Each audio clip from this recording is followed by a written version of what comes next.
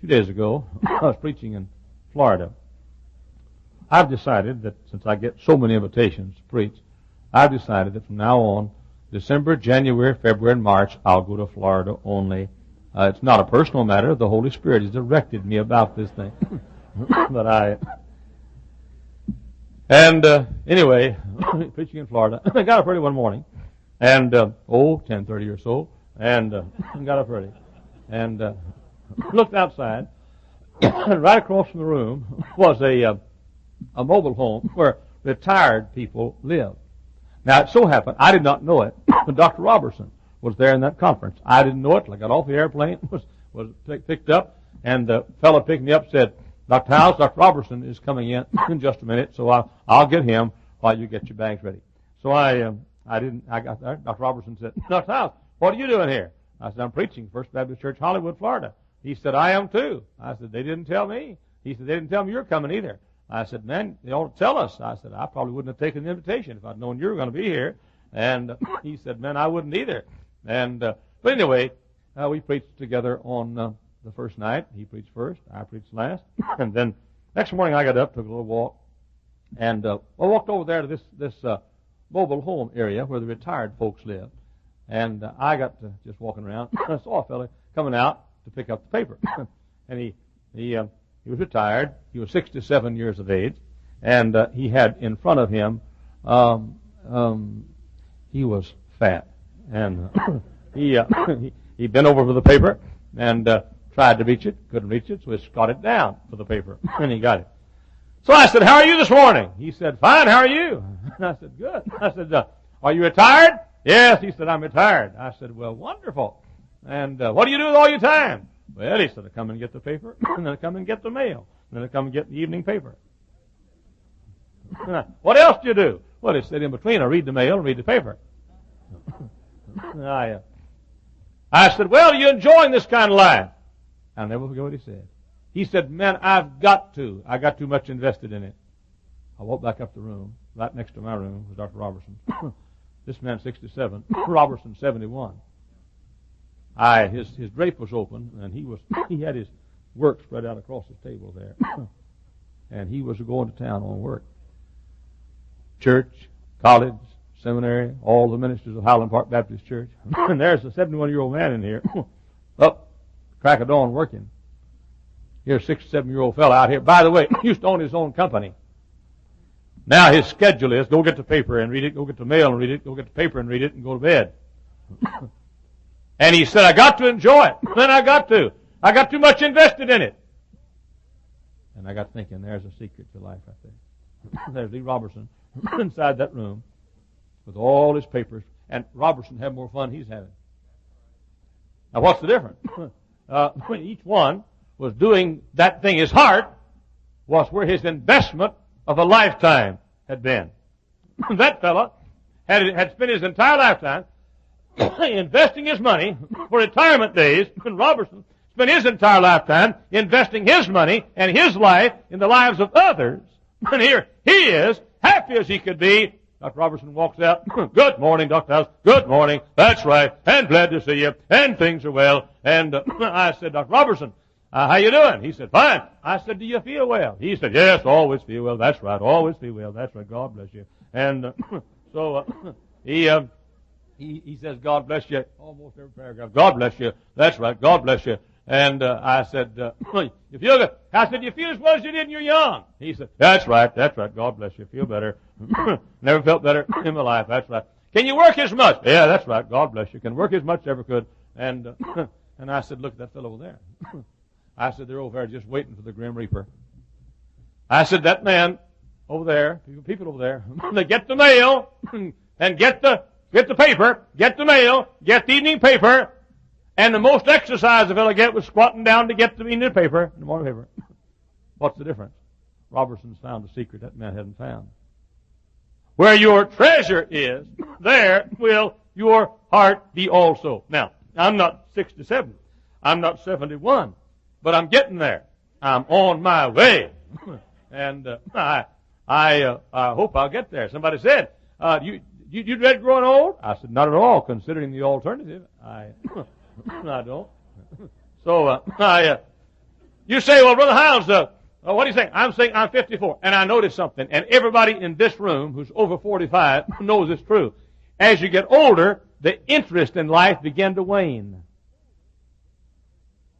Well, there was a day when I could tell you every baseball player in the big leagues, his batting average, every pitcher and the pitching average, and how many strikeouts. And there were so many things. Boy, by nature, I used to, I was 35, 40 years old. I could hardly stay off the ball field. And I'd get on a basketball court, and I had to shoot.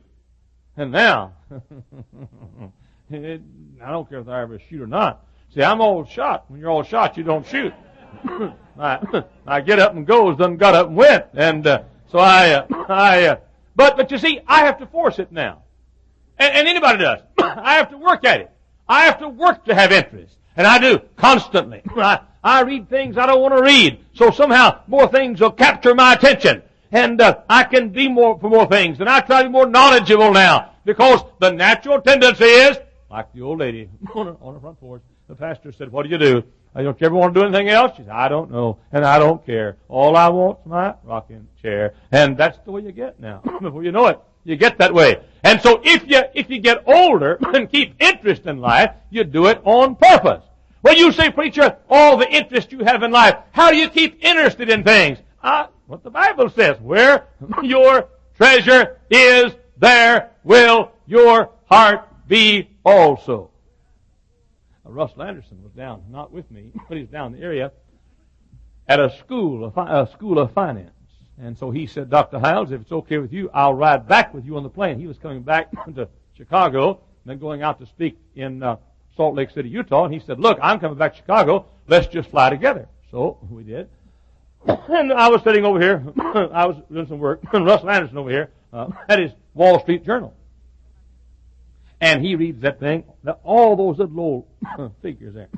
Looks like a trigonometry book to me, or a geometry book. And what are you reading, Russell? He said, the futures. The futures. Now, I thought it was prophecy. I could care less. He said, Dr. Hyles, you know the price of gold is up? Well, that means an awful lot to me. I mean, he must have said the price of tin's up, or brass. He said, yeah. And then he said, silver's doing pretty good too. Old silver I know is the one that Lone Ranger used to ride. And so, now, Mr. Lively here, he's a silver tycoon. That man's got several dollars invested in silver. But I tell you what, I'll guarantee you one thing. Have you kept up with silver this week? What is silver selling for right now? $14.82. He said about $14.82. You say about 1480. But okay, 1480. Brother John, did you know that? You didn't know that. Could you care? Have you prayed about the price of silver lately? You haven't. Brother Lively. Have you prayed about the price of silver lately? Watch it. He quit. King's X. He won't play anymore. And I said to myself, there's Russell Anderson. Boy, he's got, he's going down through the thing like a young fellow with the box scores in the sport page. And all those, the Dow Jones is up. Oh, I don't know where Dow Jones lives. And he said, Dr. Hyles, look at these futures. And I looked at him. I said, yeah. Boy, that's something. And I thought that's the difference in Robertson and the fellow sitting over there waiting for the paper. You know why Anderson reading the stock market page? He got some treasure there. You know why I could care less? I ain't got no treasure there. Not at all. Yeah. Where your treasure is. Now, Russell Anderson one day sat down and said, I want to read the stock market. Boy, it looks interesting. You read it? He said, boy, I like this. Think I'll put some money in there. You don't do it that way. First thing you do is you put your money in. And then you get interested in the treasure and in the futures and the stock market. And, by the way, I'm not a brilliant man on the stock market. I try to keep up with it a little bit, and I'm not quite as ignorant as I'm displaying myself this morning. I'm afraid you college students will think you should not. Shut your big fat mouth. And Anyway, but I'm saying that's it right there. That's it. There's Anderson over here. And boy, listen, he is reading that thing like it was a comic book. He was reading it like Evans was reading Button Jeff. I mean, he was absorbed in that thing. Wall Street Journal. I looked through that whole paper and couldn't find a picture in it. Not a one.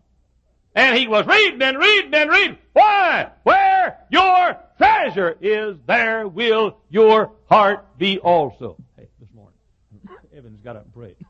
Did you know his prayer? I said, pray for our people. Now get this. I said, pray for our people. He hadn't prayed for our people yet. He prayed for the students. He didn't pray for a single deacon we got. As far as he's concerned, all of them can die with flu. As far as I'm concerned, I feel the same about it myself.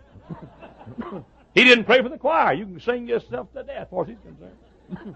Croak and choke and get 110 fever. He don't care. You want somebody to pray for your church, don't ask Evan.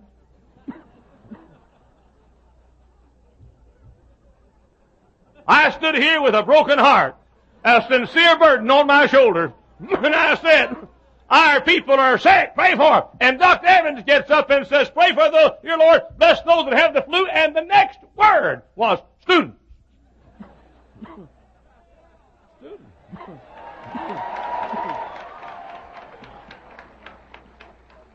And the average member of this church would like for all the students to get the flu, so they can get a decent seat every once in a while. But as Evans, students, and they can't enroll the next semester. Now, he didn't mean that. He meant they can't pay their bill the next semester. Where your treasure is, there will your heart be also. Evans is at the school. His office is at the school. His interest is at the school. His life is spent at the college. And when he thought about influenza, next word, student. Student. He doesn't care about your kids in the nursery. He doesn't care about the senior citizens with the snow-topped roofs, with the palsied hands, and the uncertain walk, and the stooped shoulders, and the furrowed brow, and the wrinkled face. Evans doesn't care about them. All he's concerned about is the student. Why? Where your treasure is, there will your heart be also.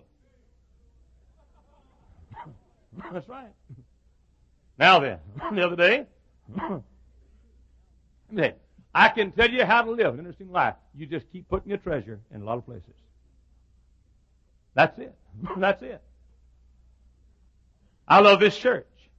My heart's in it. My treasure got in it first. I love Baptist City. I love those buildings out there, the grade school, junior high school, those boys' dormitories, and I love that place. You know why? Because one day I opened my pocketbook and I gave every dime I had to my name to put that place out there. I love it. Why? Where my treasure is, there is my heart. And the people that love this church the most are the ones who give the most, and the ones who love it the most didn't love it first and give second. Listen, God loveth a cheerful giver, but He'll take it from any old grouch.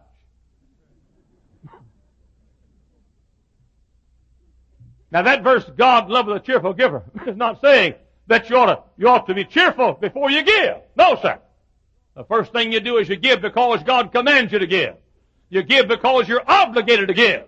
And there will come a time when you get so wrapped up in a person or an institution, a church or a school or a ministry, you get so wrapped up in it, all of a sudden you'll say, I enjoy giving to it.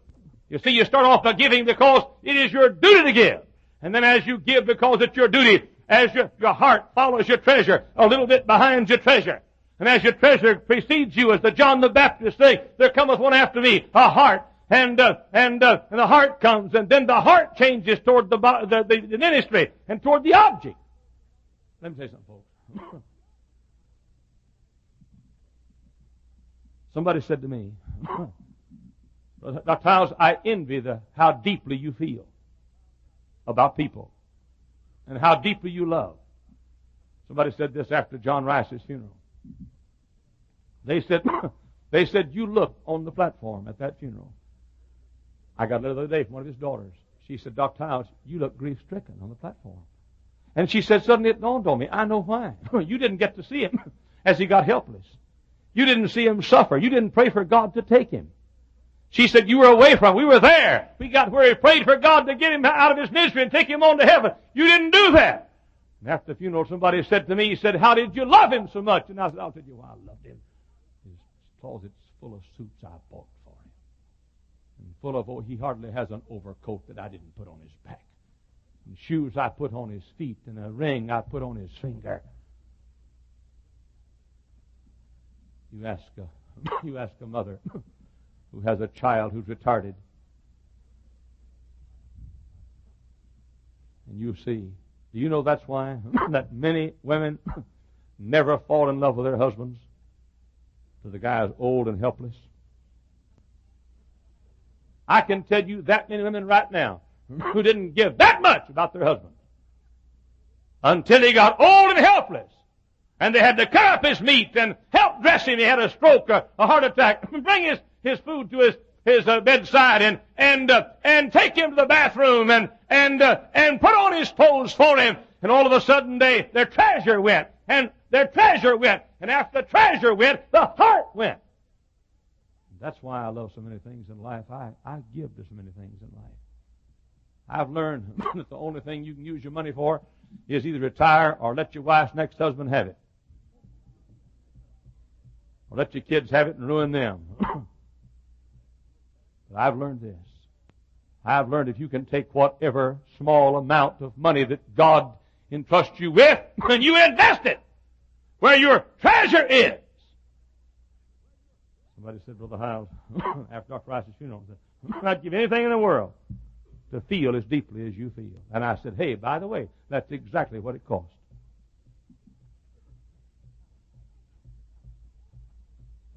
I'd give anything in the world to feel as deeply about folks as you. And that's exactly what it costs. It costs giving anything in the world. And as I invest in Dr. Evans, I suddenly love him more because I have more invested. As I invest in Mr. Lively, I suddenly love him more because I have more invested in him. As I want to love Brother John more. And you know, it's awful hard to love Brother John Colton. He doesn't even pray about silver. But I mean, as I invest in him, my heart goes first, Brother John, and my money goes first, then my heart follows. My money goes first, Brother Lively, my heart follows. If I have some money invested in you, I'm more concerned about you. There are a few things in all of your lives in which I've invested. A few things. And I'm concerned about those things. If, for example, if I've invested a little bit of money in, let's say, your car, then I want to know how your car is doing. If I've invested in your house, I want to know how your house is doing. I drove by your house the other night, Brother John, just to see what you'd done to it. Because we invested the money in your house recently. I didn't see a bit of change. But I'm saying that my treasure went. And I've learned something in life. I've learned if I want to be a happy, active, interested, older person, I've got to let my treasure precede me. For where my treasure goes, my heart is of necessity following right along behind. Somebody said, Brother Hyles, could I say this? I have a lot of things that are not admirable. I have many things that I wish I could improve in my life. But if I had one thing that gives me joy that I wish I could help you to acquire, it's the feeling I have toward my enemies. That's the one thing that I would love to, because I know what it'll do to enrich your life. Now you say, preacher, people say, how in the world can you love people that slander you? How can you love people that slander your family? How can you love people that criticize you? How can you love people that stab you in the back? In the first place, I want to love them because God commanded me to. In the second place, I want to love them because the blessings of God upon my life are dependent upon the condition of this heart right here. Well, you say, how do you do it? I tell you exactly how I do it. Somebody gets mad at me, I start investing in them. Everybody's going to get mad at me now, aren't you? Yeah. How many times, Ms. McKinney, have you sent a Schofield reference Bible to somebody who wrote me a hot letter? How many times have I sent checks or given cash to people who hate my insides? We had a guest at this church one time who gave himself to ruining me. And I won his friendship because I started investing in him. I mean investing money. You say, why invest money? Because I want my heart, I want to feel right toward those that hate me. And the Bible says, where your treasure is, there will your heart be also. So if you don't like, if you don't like me, give me some money. You'll like me then. And I'll like you. Folks, a man said to me yesterday, he said, well, I just can't see it. I was talking about this same subject. I just can't see it. He said, but you understand you understand what she did to me. And I don't care what she did to you. You're commanded to love her. Well, how can I do it? I said, send her some money. Spend some money on it. I'm thinking about a man right now that hated my insides, a preacher, many years ago, 15, 20. Hated my insides. And I was, I recall, oh my soul, been 15 years ago, Mother was over at our house.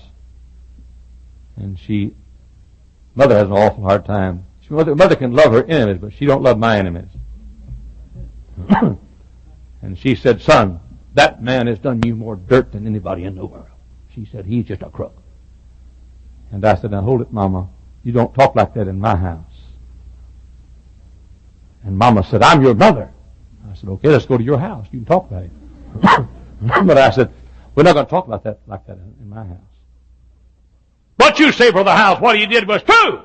One of the most malicious things you can ever do is talk about truth. It's bad. Looks like to me when a group get together, deacons meeting or a WMS circle or a Sunday school class meeting or a college party or a high school get together or a teachers, officers meeting. Looks like to me there's enough good things of God and good things that God's done for us. But you say for the house, it's true. I know it's true. I'm not going to talk about garbage that's true. No. What did I do to this fellow? My mother said, son, she said, if you knew all the dirt he's done to you, you'd kill him. And I said, you don't know all the dirt he's done, Mother, but I said, you're not going to talk about him in my house. And I said, I don't mean to be unkind, but I said, you're going to go outside if you keep talking like that about this preacher. And if ever a man in the world hated me, it was that man. Once a month, I'd buy him a gift and send it to him. He never knew where it came from. I never signed it. I sent it from a different state every month. I'd send him a gift. I'd send him a transistor radio. I'd send him a cross pen pencil set. You know, I gave the guy so much. I learned to love him. And I learned to pull for him even though he hated me. By the way, tragedy came in his life. He had to leave the ministry. And I wrote him a letter and I said, my dear brother, I know you've left the ministry. I said, you're too good a man not to be used of God. Let me help you get started again. I said, if you want me to, I'll help you get revivals lined up and help you get started in evangelism. Or I said, if you want to pastor again, I'll help finance your salary for 6 months to a year while you get started in a new church. Or I'll recommend you somewhere. I want to meet with you and help you get started again. He wrote me back and he said, dear Dr. Hyles, I can't believe what you did. I cannot believe. He said, I can't even comprehend. You said, well, the house, how do you do it? Where your treasure is, there will your heart be also. You know, the hardest thing for preachers to do is to enjoy the success of churches in their own area. Did you know that people are amazed when they hear these preachers in this area speak so well of me. Some of the best friends I have are preachers. Brother Schroeder over here, Oak Forest, a beloved friend. Brother Laturco out here at Hobart, a beloved friend. East Chicago, Brother Larrabee, a beloved friend. Brother Voteman at Chesterton, a beloved friend. And people always, across the country, they say, hey, how is it when you're close to Hyles? Out up there. And one of these men will say, Brother Barbar out here said it so many times. He said, Jack Hyles, one of the best friends I have. Did you know that I want all these churches to do well? And did you know if somebody gets mad at me in the church here and goes out and joins one of these other churches, did you know I don't get bitter toward either party? You say, why? How do you do it? I've got to like Brother Hanks over at Salt Village. He's running for mayor of Salt Village. You hear about that? Running for mayor. Gave me a good idea. You say, well, the house, you like the big old guy? Yeah, I like him. Well, the house, has he ever stolen any of your members? You don't steal people. You can steal a pen or a book or a billfold, but you can't steal a human being. Well, the house, why do you like him so much? Well, several years ago, his school was going under. We raised $7,000 right here in this auditorium. Sent $7,000 out to Salt Village Baptist Church, a few miles over here, close enough to work the same field with us. So, well, why do you love him so much? We got $7,000 invested in that school out there. I don't like to see my investments fold up. Where your treasure is. Every Sunday when I leave, go home, Sunday afternoon, I drive down Columbia, and here comes a Dyer Baptist Church bus in our field. Can you imagine a church sending a bus to another town? I'm sure most of you folks don't know that goes on, but it does. And then there it is. He said, well, the house, what do you think? You ever want to get an air rifle and shoot the tire? Yeah. I mean, no. Why not? Oh, too many things to mention. Too many things to mention. I remember that when their assistant pastor, Brother Freeney, not sure he's out there still. He's still out there. When he moved to this area, they couldn't afford a parsonage. One of the sweetest stories I ever heard. Brother Davis, our deacon, was a builder. He came to me one day and he said, well, the house, he said, pray for me. He said, I got a house I can't sell. He said, I've got to sell it. If I can't sell it, I'm in serious trouble. And I began to pray for days for God to help Brother Davis sell that house. Put it on my prayer list. Prayed for him. I forgot about it. About everything, but God helped Brother Davis. Didn't know where the house was. Didn't know whether the house was in Kentucky or Wisconsin. Didn't know where it was. So, I got a call from Brother Barbar. I think it's Christmas Day. He said, Dr. Hyles, do you know any real estate man that could help us find a house for Brother Feeney, our assistant pastor, coming here? So he could get a house cheaply. And I said, no. I said, what? He's got one picked out. Yes, he's got a house picked out, but he can't afford the down payment. I said, what's the down payment? He said, $6,000. I said, we can take care of that. I gave quite a bit myself, and I forget how we got the rest of it. I think maybe I embezzled it from the church. I'm not sure what. But anyway, I think it maybe came, I don't know where it came from, but I recall we got the money. Paid the down payment on the house out there. Brother Freeney had a nice place to live. Assistant pastor at Dyer. I never forget it. Walked up to baptize next Sunday night. Brother Davis walked in and said, Brother Hyles, thank God your prayers answered. I sold that house. I said, you did? Good. He said, I said, who to? He said, Brother Freeney out there, the assistant pastor at Dyer. Isn't that wonderful? Huh? Almost makes you believe in God, doesn't it? Now, I'm saying, you say, Brother Hyles, how you feel about the Dyer Baptist Church? Love it! Love it! Why? Where your treasure is, that will your heart be also. That's why one reason I love Brother Laturco in the Hobart Church. I go out to Lowell, First Baptist Church, Lowell. I don't know whether a lot of you folks know this now. This church started that church. First building they had, this church built it for them. Where your treasure is, there will your heart be also. I'm saying, folks, that the great secret of life, one great secret of life, to keep interested, how to have an interesting life, is get your pocketbook out and take the money out of it. If all you do is stack it up and stack it up and stack it up, one of these days you'll be in some little retirement place somewhere, trotting out there over your big pot belly, trying to reach over and pick up the newspaper, and then read it, and then go get the mail, and then read it, and go get the paper, and then read it. Why? Because that's where your treasure's been. Or you can be like the older man up in the room working. The life that's still full of excitement and thrills. Who's invested his life and his money in others. For where your treasure is, there will your heart be also.